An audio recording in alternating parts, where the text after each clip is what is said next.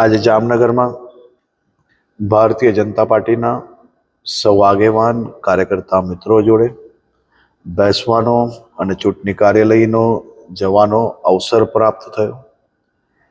જામનગરની અનેક ગલીઓમાં ફરવાનો બી આજે અવસર પ્રાપ્ત થયો. દેશભરમાં 2024ની લોકસભાની આ ચૂંટણીના માહોલમાં કાશ્મીરથી કન્યાકુમારી સુધી સૌ સમાજ, સૌ વર્ગ, મહિલા, પુરુષ, બાલક, વૃદ્ધ, આ તમામ વર્ગોમાં એક જ નારો છે, મોદી મોદી.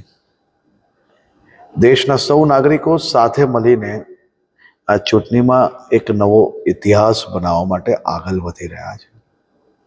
પ્રત્યેક નાગરિકોના મનમાં એક જ સંકલ્પ છે કે 2024માં મોદીજીની ત્રીજી સરકારમાં દેશના વિકાસની ગતિ હજી વધુ ઝડપથી આગળ વધારીએ.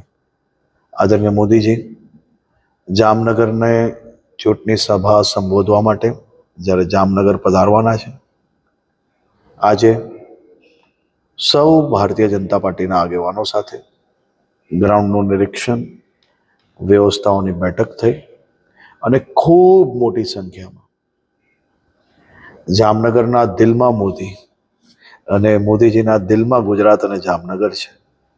જ્યારે જામનગર ખાતે એ પધારી રહ્યા છે ત્યારે લોકોમાં ખૂબ ઉત્સાહ છે. સૌ સમાજ, સૌ વર્ગના લોકો સાથે મળીને એમના સ્વાગતની ખૂબ મોટી તૈયારીઓ કરી રહ્યા છે. હવે રાહુલ ગાંધીના જે સ્ટેટમેન્ટ બાબતે રાજ્યના અનેક રાજવી પરિવારો દ્વારા તેના ઉપર ટિપ્પણી આપવામાં આવી છે, પરંતુ ખૂબ જ દુઃખદ વિષય છે. ક્યારેય કોંગ્રેસના આ શહેજાદા દ્વારા નિઝામ હોય કે પછી નિઝામો દ્વારા થયેલા અત્યાચારો પર ક્યારેય કોઈ બી પ્રકારના સ્ટેટમેન્ટો તમે ક્યારેય નહીં સાંભળ્યા હશે. જેમનો ઇતિહાસ પર આખા ભારત દેશને ગર્વ હોય એવા રાજા રજવાડાઓ માટે દરેક ચૂંટણીઓમાં અનેક સ્ટેટમેન્ટ આપવા માટે આ કોંગ્રેસના યુવરાજ ખૂબ જ ફેમસ છે, નો વિષય છે. સ્ટેટમેન્ટ પછી જે પ્રકારની વાતો એમને બોલી, અતિ નિંદનીય. સ્ટેટમેન્ટ સાંભળીને ખૂબ દુઃખ થયું. પોરબંદરમાં ડ્રગ્સ પકડાણો છેલ્લા ઘણા સમય.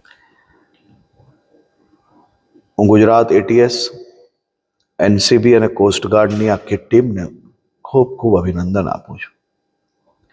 ભારત પાકિસ્તાનની સીમાઓ પર આ આપણી ગુજરાત પોલીસના એક એક જવાનો ગોલીઓનો સામનો કરીને ભારત દેશમાં ડ્રગ્સ આવતું અટકાવવાની ખૂબ જ મહત્વની ભૂમિકા ભજવી રહ્યા છે. એટીએસ, ગુજરાત પોલીસ, કોસ્ટગાર્ડ અને એનસીબીની આખી ટીમને આ એક પછી એક ઐતિહાસિક ઓપરેશન કરવા બદલ ખૂબ ખૂબ અભિનંદન આપું છું. દેશના લોકપ્રિય પ્રધાનમંત્રી આદરણીય શ્રી નરેન્દ્રભાઈ મોદીજી અને એમના દ્વારા 2014થી દેશના યુવાનો એ ડ્રગ્સના રવાડે ના ચડે તે માટે જે પ્રકારે ડ્રગ્સ સામે એક મુહિમ ચાલુ કરવામાં આવી, આદરણીય અમિતભાઈ શાહજીના બી નેતૃત્વમાં ગુજરાત પોલીસ દ્વારા કેન્દ્રની જે ગૃહ વિભાગ છે એમના દિશા નિર્દેશ પર આ કામગીરી ખૂબ જ કડકપણે કરી રહી છે. ગુજરાત પોલીસે આ ઐતિહાસિક ઓપરેશન્સ એક પછી એક ઓપરેશન્સને સફળ પાડીને ભારત દેશના શ્રીલંકામાં જતું ડ્રગ્સ અને બીજા દેશોમાં જતું ડ્રગ્સ અટકાવીને હજારો લાખો યુવાનોનું જીવન બરબાદ થતાં રોકવાનું કામગીરી કરી છે. હું ફરી એકવાર ગુજરાત એટીએસની ટીમને ખૂબ ખૂબ અભિનંદન આપું છું. રાજ્યના ગૃહમંત્રી તરીકે બી અભિનંદન આપું છું અને આ રાજ્યના એક યુવાન નાગરિક તરીકે બી હું મારી રાજ્યની પોલીસ અને એટીએસની ટીમને આ રાજ્યના સૌ યુવાન ભાઈઓ અને બહેનો વતી ખૂબ ખૂબ અભિનંદન. સમાજના આગેવાનો સાથે કોઈ બેઠક થયા છે આપની? એ અમારા પરિવારના સભ્ય છે અને પરિવારના સભ્યો જોડે વાતચીત, મળવાનું આ તો રોજિંદુ કાર્ય છે. પરંતુ એ કોઈ સ્પેશિયલ બેઠક કે કોઈ વિષયોને લઈને બેઠકો કોઈ બી પ્રકારની થઈ નથી.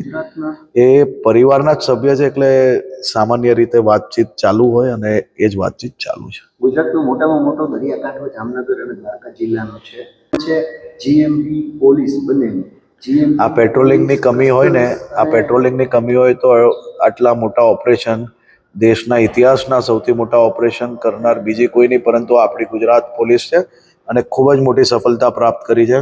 હું ગુજરાત પોલીસની ટીમને ફરી એકવાર ખૂબ